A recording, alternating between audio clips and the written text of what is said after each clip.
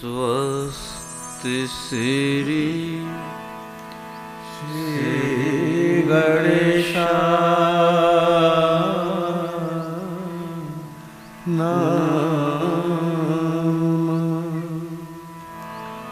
स्वस्ति श्री सरस्वती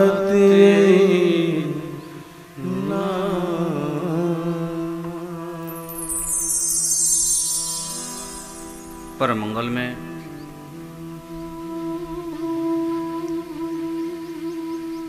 परात्पर अखिलेश्वर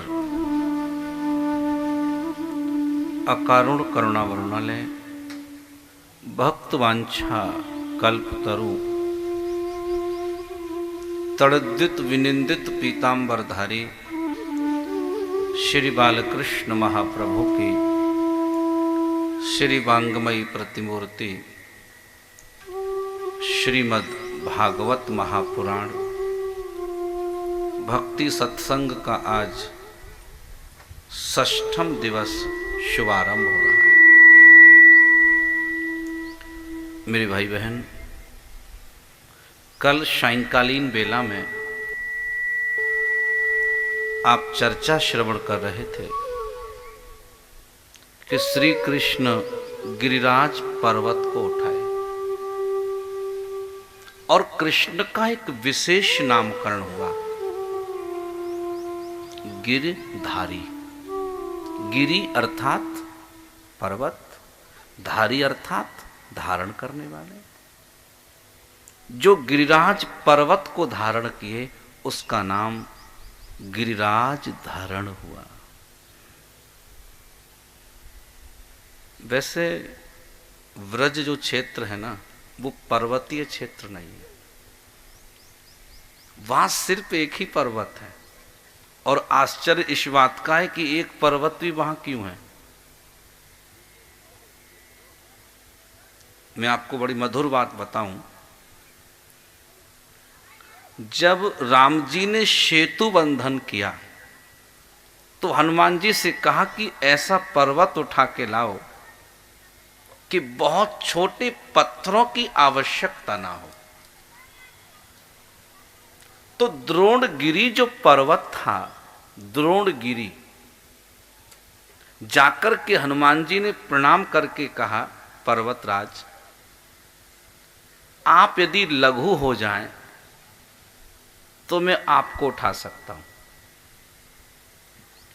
और आपके ऊपर राम जी के चरण चिन्ह बनेंगे। आप राम की सेवा में समर्पित होंगे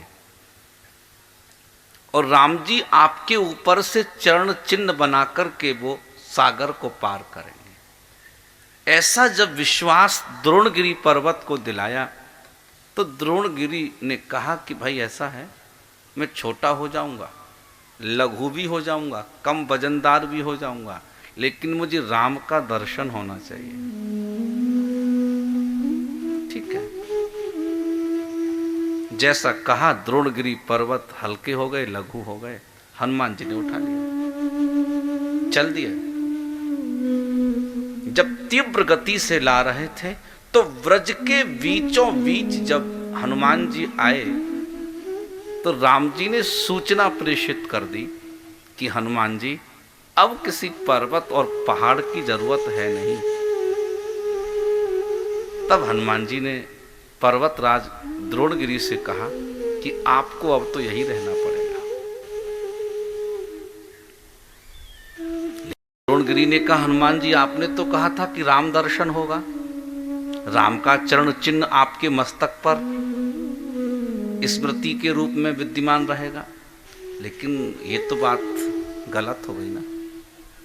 हनुमान जी ने राम जी से कहा कि प्रभु आज तुम्हारा भक्त झूठा हो रहा है।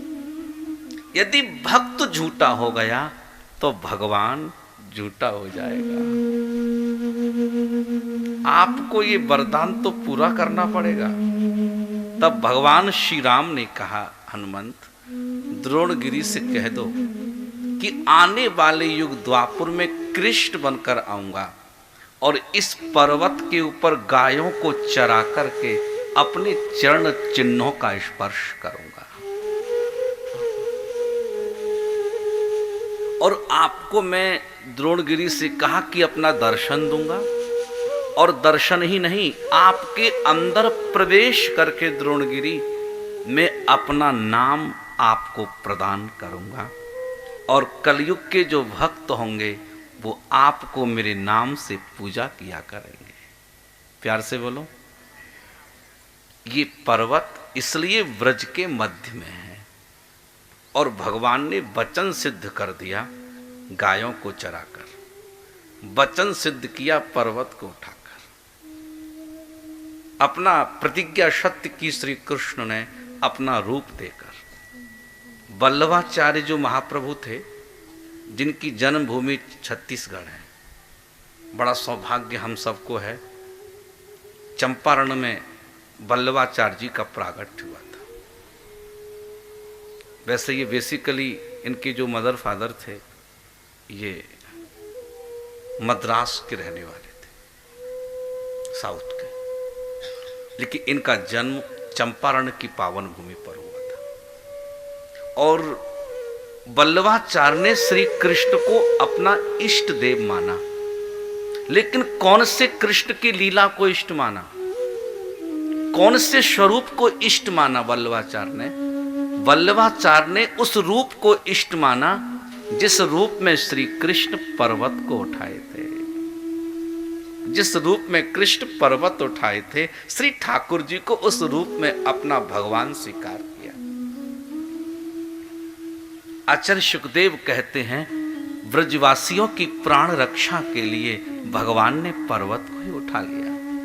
और बड़ी अद्भुत बात बताऊं, कृष्ण की उम्र कितनी थी जब पर्वत उठाया था? 7 वर्ष। याद रखना, 7 years only age Shri Krishna.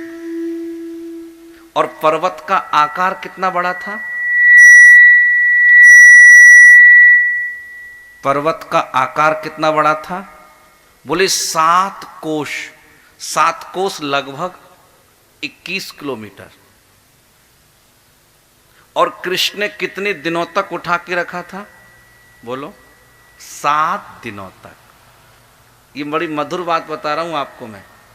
7 वर्ष की उम्र है, 7 दिनों तक, 7 वर्ष की अवस्था में 7 कोस के पर्वत को श्री कृष्ण कन की उंगली पर उठा लिए। इसलिए कृष्ण कौन है? भगवान। आप लोगों में से कोई उठा सकता है? नहीं। आप कोई हो तो जरा हाथ। साहब, पर्वत तो छोड़ो, एक हम मोबाइल आपके हाथ में होगा, आप ऐसे नहीं उठा सकते, इम्पॉसिबल है। एक खाने वाली प्लेट भी आप ऐसे नहीं रख सकते। हमारे यहाँ रासलीला में लोग ऐसे घुमाते हैं, तो उसको कितना अभ्यास करना पड़ता है। मैं भी घुमा लेता हूँ। थाली को ऐसे घुमाते हैं और वो इस पोटुए पे रहती है और स्पीड में घूमते हैं, घूम जाती है। एक छोटी सी थाली को घुमाने के लिए हम कितना प्रयास करते हैं, लेकिन श्री कृष्ण गिरिराज पर्वत को उठा लिया। इसलिए श्री कृष्ण कौन है? ब्रह्म, पूर्णतम ब्रह्म है। और आप लोग कौन हैं? जीव। आप जीव हैं और वो ब्रह्म है। अच्छा, भगवान किसे कहते हैं? भगवान का आप डेफिनेट जानते हैं? गॉड कौन है? लॉर्ड कौन है? कर्तुम अकर्तुम अन्यथा कर्तुम समर्था। इस पंक्ति को नोट करें। कर्तुम अकर्तुम अन्यथा कर्तुम समर्था। इसका मतलब क्या है?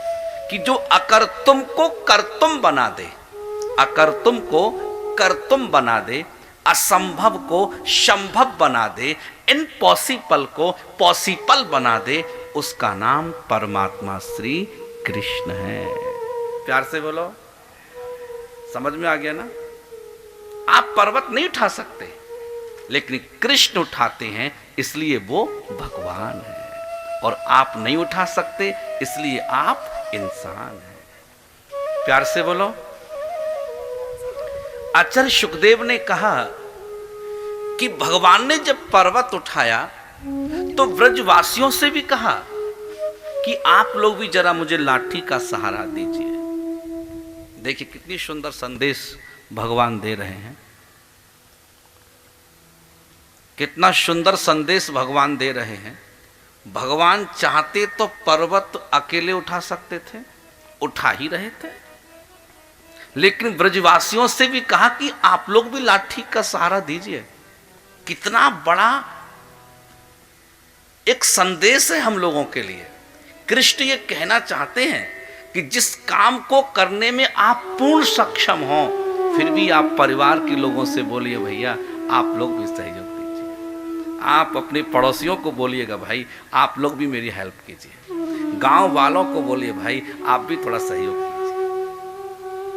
भले ही काम आप कर सकते हैं, लेकिन कभी इस बात को अहंकार पूर्वक मत कहिए कि मैं कर सकता हूं। नहीं, आप बोलो भैया सबके सहयोग से होगा।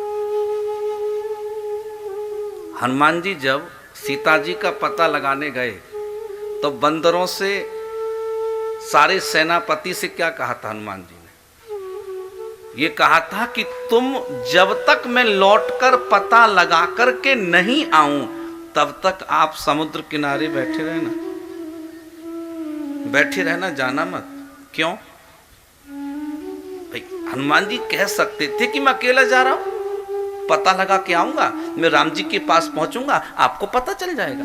लेकिन नहीं, हनुमान जी ने कहा कि तुम समुद्र किनारे बैठना जब तक मैं लौट कर नहीं आऊं। बोले क्यों?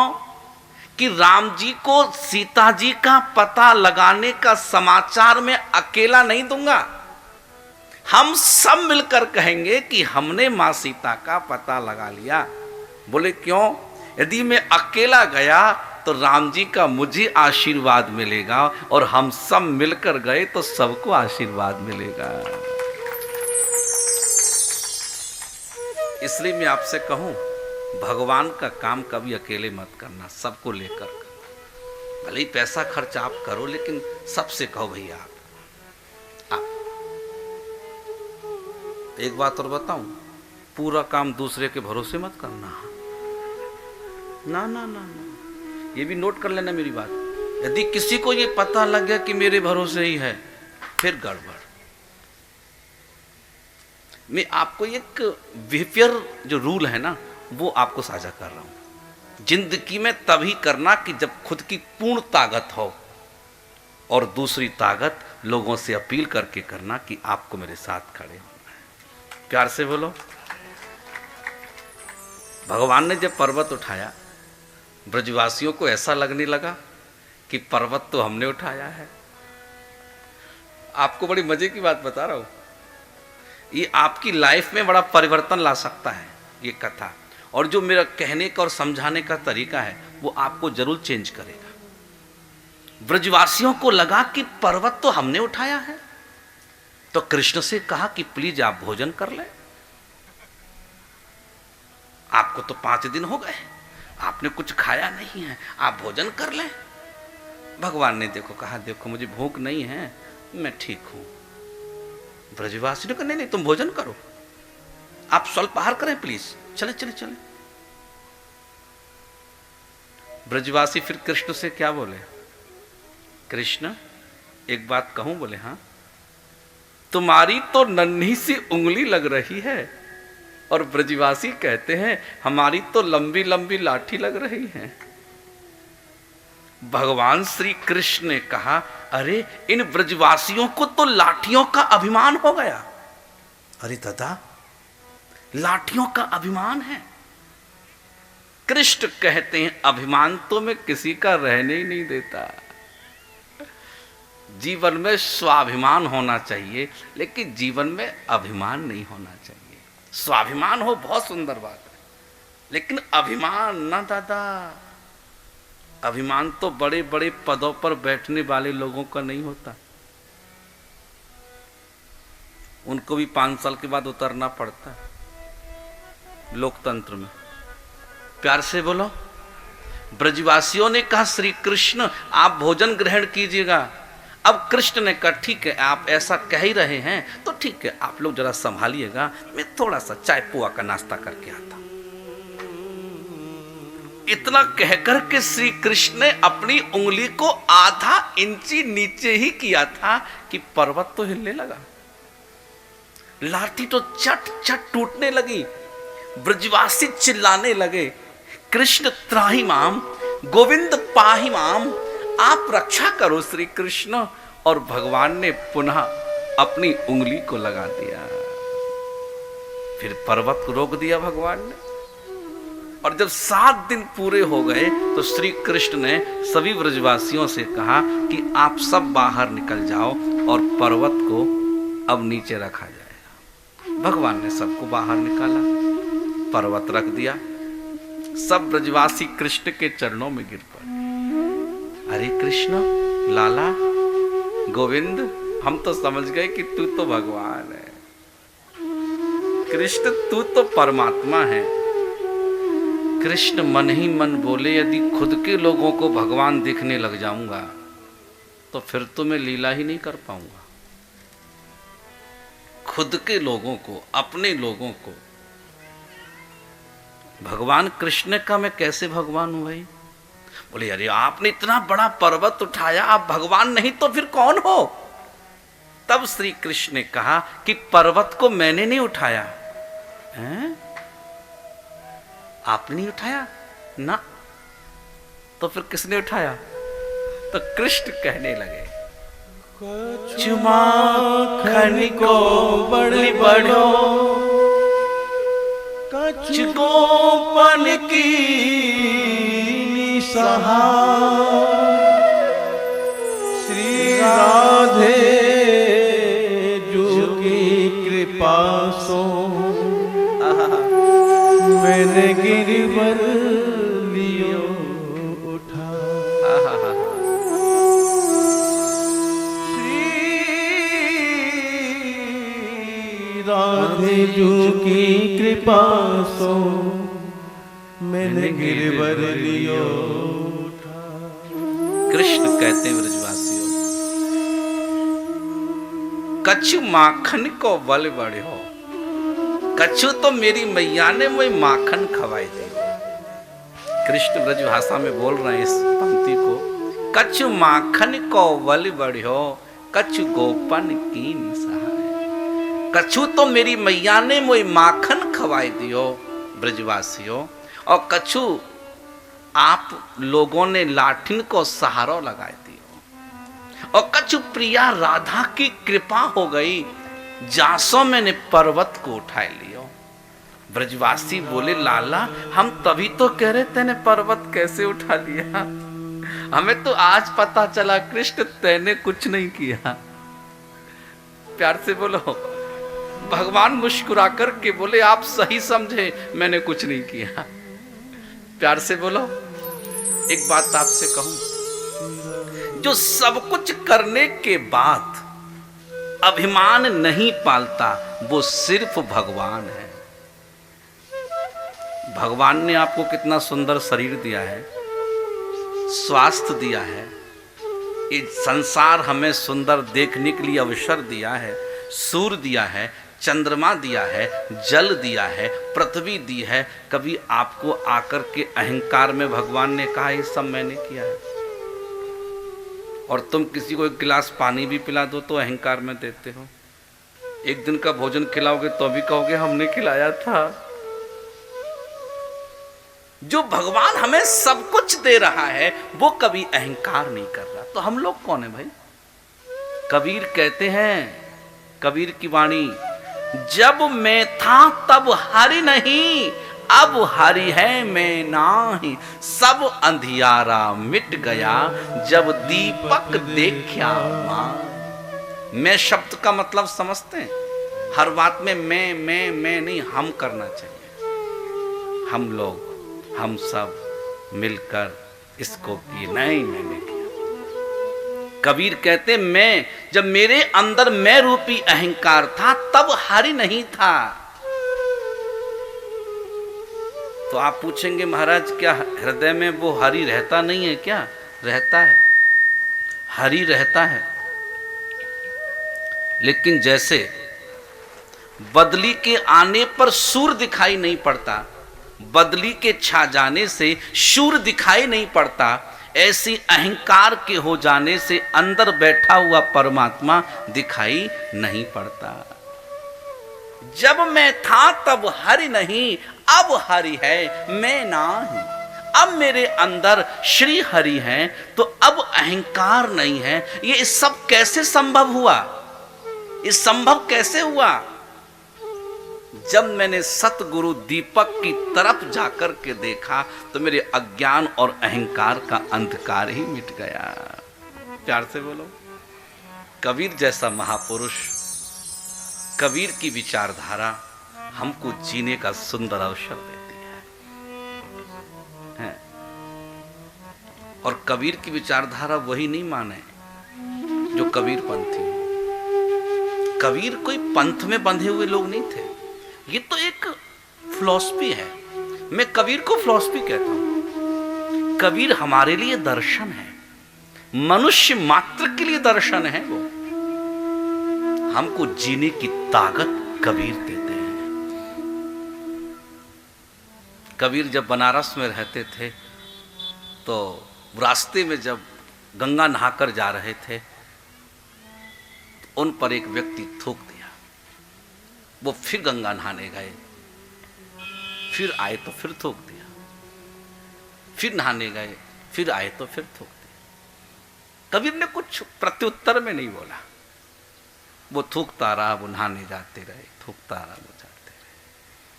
अंततः वो थूकने वाला व्यक्ति प्रणाम करके बोला, महाराज आपने गुस्सा ही नहीं किया मेरे से?